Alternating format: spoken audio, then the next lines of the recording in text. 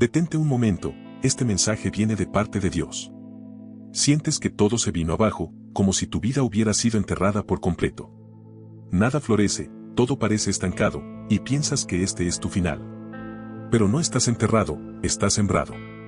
En Juan 12:24, Jesús dijo: de cierto os digo, que si el grano de trigo no cae en la tierra y muere, queda solo, pero si muere, lleva mucho fruto.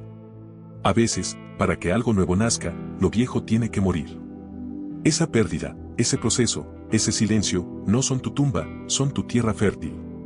Comenta: estoy sembrado, no enterrado. Si crees que Dios está a punto de hacerte florecer.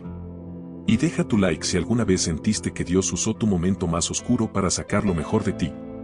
No es el fin, es el comienzo de algo grande. Lo que ahora duele, pronto dará fruto. Confía, Dios no desperdicia un solo proceso.